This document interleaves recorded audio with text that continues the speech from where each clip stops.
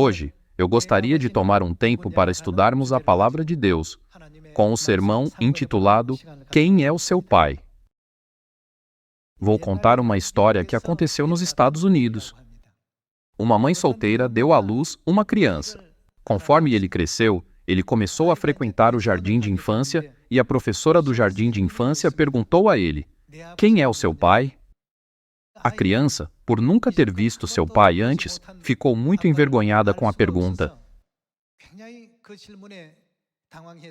No entanto, ao chegar ao ensino fundamental, o professor fez a mesma pergunta: quem é o seu pai? A criança respondeu todas as outras perguntas com confiança e se destacou academicamente. Mas a pergunta, quem é o seu pai? Profundamente perturbava o seu coração. Ele ficava muito angustiado. Foi porque ele nunca conheceu seu pai durante o jardim de infância ou o ensino fundamental. Por fim, sua mãe pensou: meu filho não pode crescer corretamente neste ambiente. Então ela se mudou para outro lugar. Depois que eles se mudaram, seus vizinhos perguntaram a ele: quem é o seu pai? Por onde quer que ele fosse, a pergunta, quem é o seu pai, sempre o seguia. A partir de então, a criança ficou muito deprimida e, às vezes, até desenvolveu sintomas de ansiedade. Então, quando ele tinha cerca de 14 anos, um novo pastor foi nomeado para as vilas. Quando o novo pastor deu um sermão durante o culto, ele ficou muito comovido, mesmo sendo um menino. Depois do culto, quando ele estava indo para casa,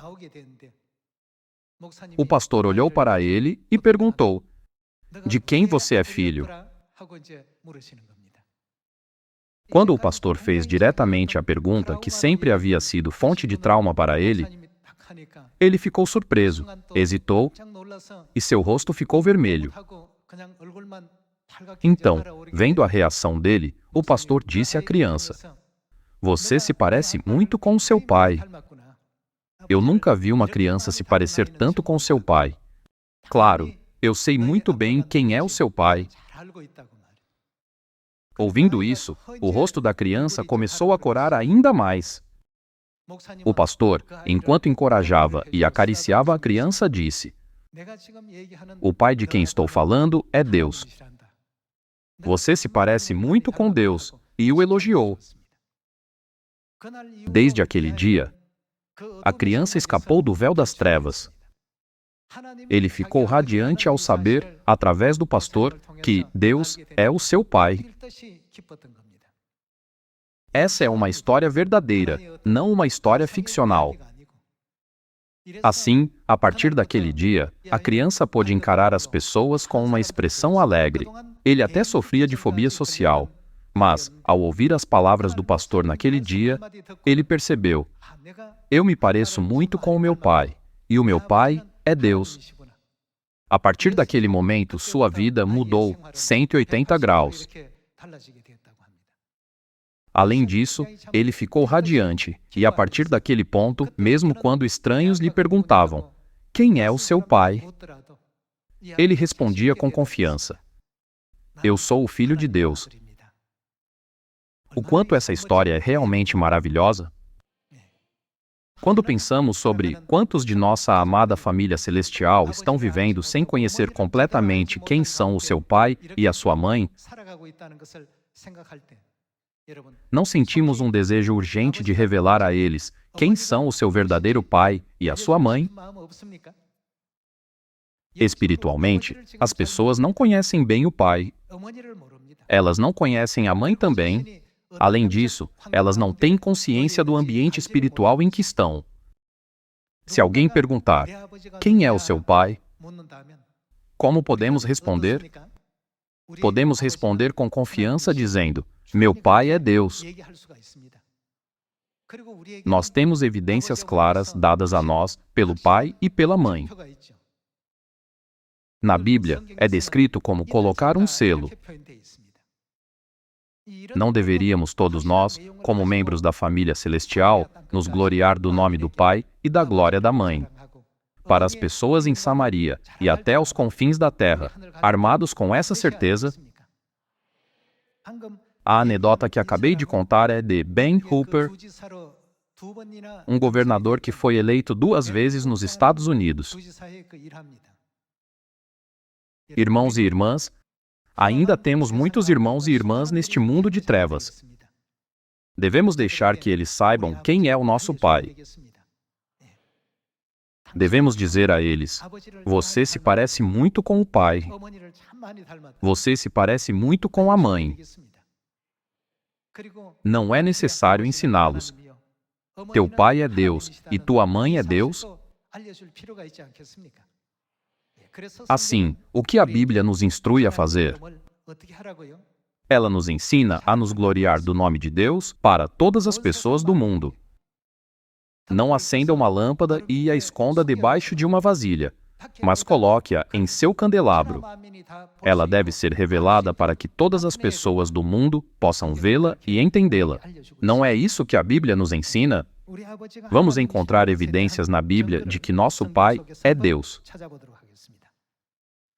Primeiro, vamos dar uma olhada no livro de Hebreus, capítulo 12. Hebreus, capítulo 12, versículo 8. Mas, se estáis sem correção, de que todos se têm tornado participantes, logo, sois bastardos e não filhos. Além disso, tínhamos os nossos pais, segundo a carne, que nos corrigiam, e os respeitávamos. Não havemos de estar em muito maior submissão ao Pai espiritual e, então, viveremos? Não devemos esquecer que toda a humanidade tem um pai humano que dá à luz a carne e um pai espiritual que dá à luz o espírito. Para entender o mundo espiritual, não é necessário estudar a palavra de Deus? Ao contemplarmos a palavra de Deus, não devemos negar o fato de que temos um pai espiritual. Nós temos um pai espiritual, e quem mais há de acordo com a Epístola aos Gálatas, capítulo 4? Nós temos a mãe do nosso espírito. Assim, de acordo com a segunda Epístola de Coríntios, capítulo 6, versículos 17 a 18, como somos chamados? Está escrito que somos chamados filhos e filhas de Deus. Hoje em dia, muitas igrejas no mundo também insistem que são filhos de Deus. Porém, Deus nos deu uma prova clara de que somos seus filhos. O Pai colocou o seu selo em nossa fronte. Através do quê? Através do sangue da Páscoa. As relações familiares são um vínculo que é formado através do sangue. Assim, é comumente chamado de relação de sangue. Vamos ver o livro do Êxodo, capítulo 12.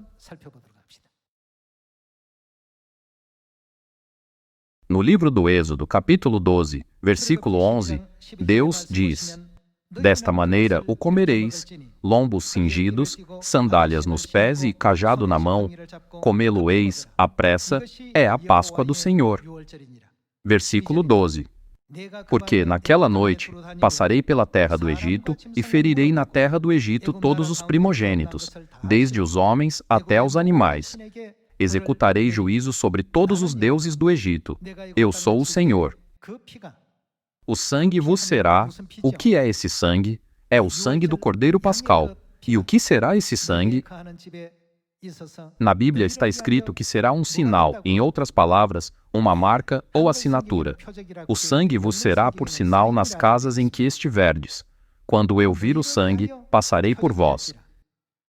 E não haverá entre vós praga destruidora, quando eu ferir a terra do Egito. Este dia vos será por memorial, e o celebrareis como solenidade ao Senhor. Nas vossas gerações, o celebrareis por estatuto perpétuo. Então, o sangue do Cordeiro Pascal representa o sinal de quem? Representa o sinal de Deus. sendo a própria assinatura de Deus no tempo do Novo Testamento. Jesus também enfatizou na noite da Páscoa: este é o cálice. Do quê? Da nova aliança no meu sangue derramado em favor. Foi derramado em favor de quem? De vós.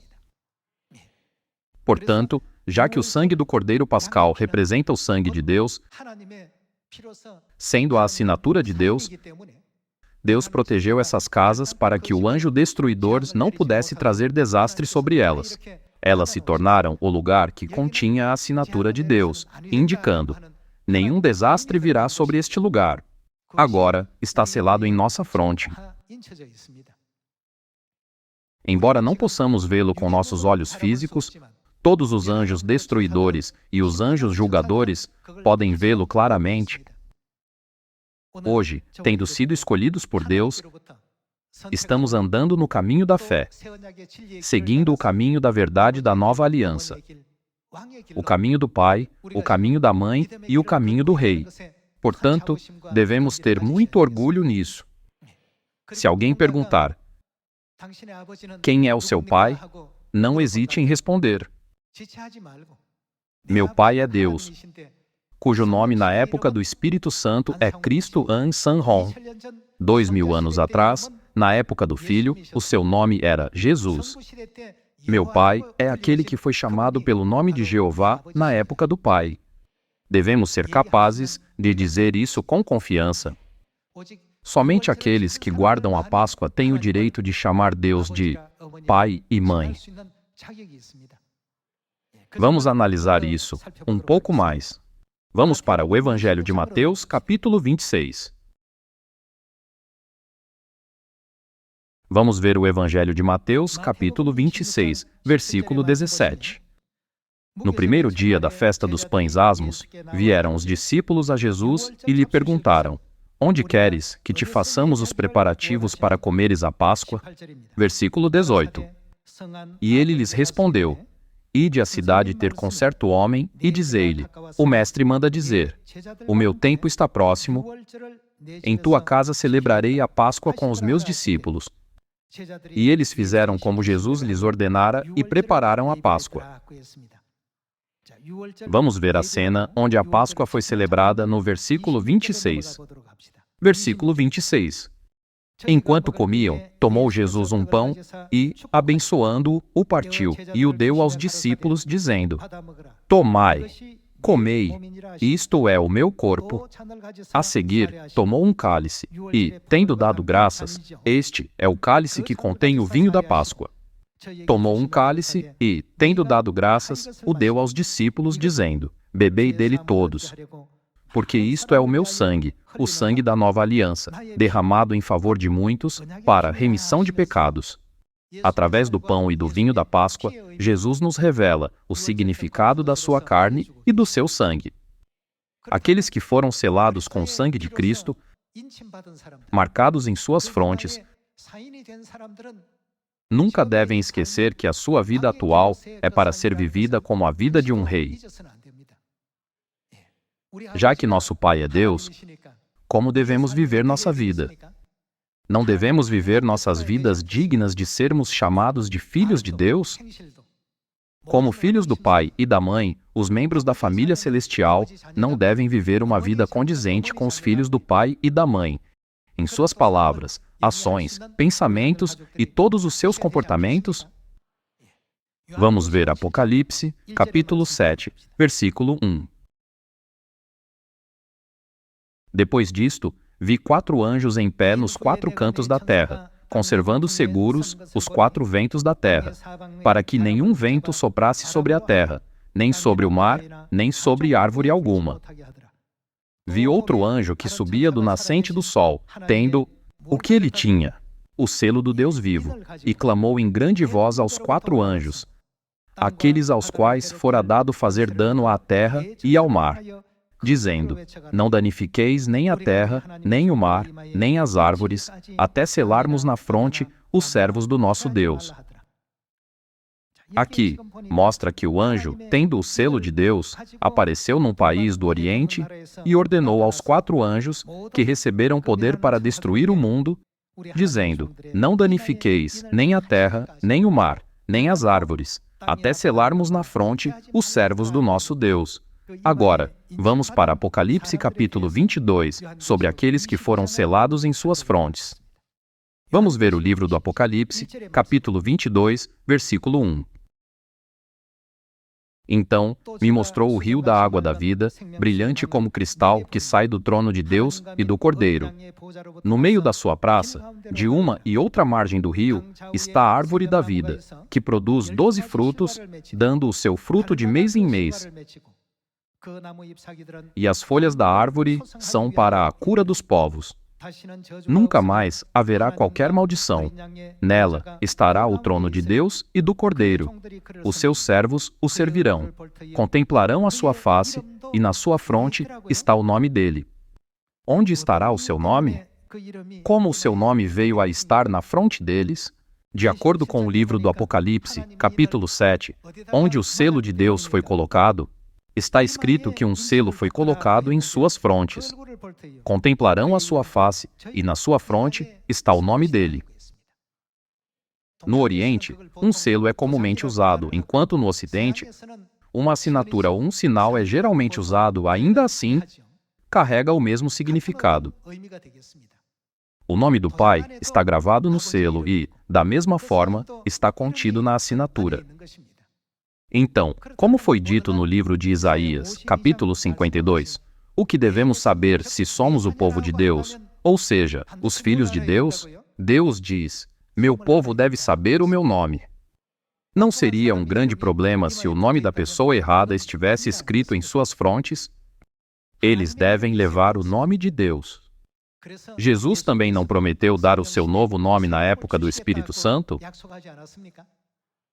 O nome Jeová estaria gravado em nossa fronte na época do Pai, o nome Jesus na época do Filho, e o novo nome An-San-Hon estaria gravado na época do Espírito Santo. Para ter o nome de Deus em nossas frontes, o que devemos guardar? A Páscoa, o santo sangue de Cristo, deve estar dentro de nós. Isso porque o seu sangue é a assinatura de Deus, escrita com o nome de Deus. Então, referindo-se ao vinho da Páscoa, ele disse: este é o cálice da nova aliança no sangue de quem? No meu sangue derramado em favor de vós. Ele disse: isto é o meu sangue. Portanto, se aqueles que não têm o sangue de Cristo se referem a Deus como Abba, Pai, eles podem ser considerados apenas como falsos filhos. Vamos voltar ao Apocalipse, capítulo 22. Capítulo 22, versículo 3. Nunca mais haverá qualquer maldição. Nela estará o trono de Deus e do Cordeiro. Os seus servos o servirão. Contemplarão a sua face, e na sua fronte está o nome dele. Então, já não haverá noite, nem precisam eles de luz de candeia, nem da luz do sol, porque o Senhor Deus brilhará sobre eles e o que elas farão, reinarão pelos séculos dos séculos. Não é qualquer um que pode reinar, mas apenas aqueles que têm o nome de Deus gravado em suas frontes. O que Deus usou para marcar o seu nome na fronte deles? De acordo com o livro do Êxodo, capítulo 12, foi com o sangue do Cordeiro Pascal. Deus ordenou que eles colocassem o sangue do Cordeiro nas ombreiras e nas vergas das portas, e isso se tornou um sinal. O sangue de Deus permitiu que todos os desastres passassem por cima deles. O que isso representa? Que ele contém o nome de Deus. Pelas palavras dadas aqui, podemos ver que aqueles que reinarão pelos séculos dos séculos são aqueles que têm o nome de Deus gravado em suas frontes. Aqueles que não têm o seu nome nunca poderão compartilhar da glória de reinar pelos séculos dos séculos. Vamos ver as palavras da primeira epístola de João, capítulo 2, sobre esse assunto. A primeira epístola de João, capítulo 2, versículo 25. E esta é a promessa que ele mesmo nos fez, o que é a vida eterna. A Bíblia testifica que Deus prometeu dar a vida eterna aos seus filhos. O que ele nos prometeu é a vida eterna. Não é por isso que Deus concedeu a toda a humanidade a sua carne e o seu sangue para dar a eles a vida eterna, e estabeleceu o sistema chamado de verdade da Páscoa da Nova Aliança, para que possamos receber a sua carne e o seu sangue? Está escrito que a promessa de Deus é apenas para essas pessoas. Então, através da primeira epístola de João, capítulo 5, vamos confirmar a evidência daqueles que têm a vida eterna e daqueles que não a têm. Vamos ver a primeira epístola de João, capítulo 5, versículo 11. E o testemunho é este, que Deus nos deu. O que Deus nos deu? O testemunho é que Deus nos deu a vida eterna. As pessoas dizem muitas histórias sem fundamento como, se apenas crermos, receberemos a vida eterna. Porém, Deus não estabeleceu as leis e regulamentos da nova aliança que nos permitem participar da carne e do sangue de Cristo, ao invés de receber a vida eterna simplesmente pela fé?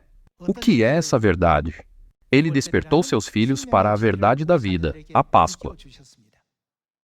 Quem comer a minha carne e beber o meu sangue tem a vida eterna, e eu o ressuscitarei no último dia. Isso está escrito em João, capítulo 6, versículo 54. Então, qual é o testemunho de acordo com a primeira epístola de João, capítulo 5, versículo 11? O que Deus nos deu. Então, a primeira epístola de João, capítulo 2, diz que essa vida eterna é dada a quem? A vida eterna é uma promessa que Deus deu aos seus filhos e Ele nos permitiu obtê-la através da Páscoa. No livro do Êxodo, capítulo 12, podemos ver que Deus ordenou que o sangue do Cordeiro Pascal fosse aplicado. E na primeira epístola aos Coríntios, capítulo 5, versículo 7, o Cordeiro Pascal não é referido como Cristo, nosso Cordeiro Pascal. No fim, esse sangue é o sinal de Deus. É o selo de Deus, a sua assinatura. É por isso que todos os desastres devem passar por cima, e podemos chamar Deus de Abba, Pai. No livro do Apocalipse, capítulo 22, o que está escrito na fronte daqueles que reinarão para sempre, no glorioso mundo onde não há mais morte? Está escrito que o nome do Cordeiro está escrito neles. Eles devem ser aqueles que têm esse nome. Então, o povo de Deus deve conhecer o nome de Deus ou não? Eles devem realmente conhecê-lo. Vamos ver Isaías, capítulo 51, versículo 7. Ouvi-me, vós que conheceis a justiça, vós, povo em cujo coração está a minha lei. Quem são aqueles que sabem o que é a justiça e que guardam a lei de Deus em seus corações? Não são eles o povo de Deus, os filhos de Deus? Não temais o opróbrio dos homens, nem vos turbeis por causa das suas injúrias. Porque a traça os roerá como a um vestido, e o bicho os comerá como a lã. Mas a minha justiça durará para sempre, e a minha salvação para todas as gerações. Sobre os filhos de Deus, vamos continuar com o capítulo 52, versículo 5. Agora, que farei eu aqui, diz o Senhor, visto ter sido o meu povo levado sem preço? Os seus tiranos sobre ele dão uivos, diz o Senhor. E o meu nome é blasfemado incessantemente todo o dia. Por isso, o meu povo saberá o meu nome. Os filhos de Deus também estão incluídos na categoria de meu povo. Os filhos de Deus devem, sem dúvida, conhecer o nome de Deus. Hoje, quando perguntamos às pessoas do mundo qual é o nome de Deus na época do Pai, qualquer um que entenda a Bíblia, mesmo que um pouco, dirá Jeová. E quanto à época do Filho, eles dirão Jesus. Então, qual é o nome de Deus na época do Espírito Santo? Eles não sabem a resposta. Não é apenas o Espírito Santo? Não é o Consolador? Essa é a resposta que recebemos. Não estamos vivendo na época do Pai, nem na época do Filho, mas na época do Espírito Santo. Então, devemos saber o nome que Deus usará na época do Espírito Santo. Ou está tudo bem não saber o nome? Devemos saber o nome. Somente então poderemos distinguir se o nome de Deus ou o nome de algum outro Deus está gravado em nossa fronte. É por isso que Jesus disse: ninguém sabe o meu novo nome, exceto aquele que o recebe. Não conhecer o nome de Cristo An San Hong, que veio a esta terra com um novo nome, seria realmente uma coisa vergonhosa. Não seria ainda mais vergonhoso se não soubéssemos o nome da mãe? É por isso que Deus nos diz para nos gloriarmos no nome de Deus. Vamos abrir em Salmos, capítulo 20, e confirmar a instrução de nos gloriar no nome de Deus. Vamos ver Salmos, capítulo 20, versículo 7.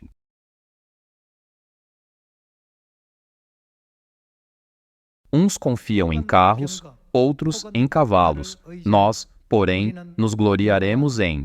Em outras palavras, em que nos gloriamos? O nome do Senhor, nosso Deus. O nome Jeová era o único nome de Deus que havia se tornado de conhecimento comum entre todos na sociedade judaica.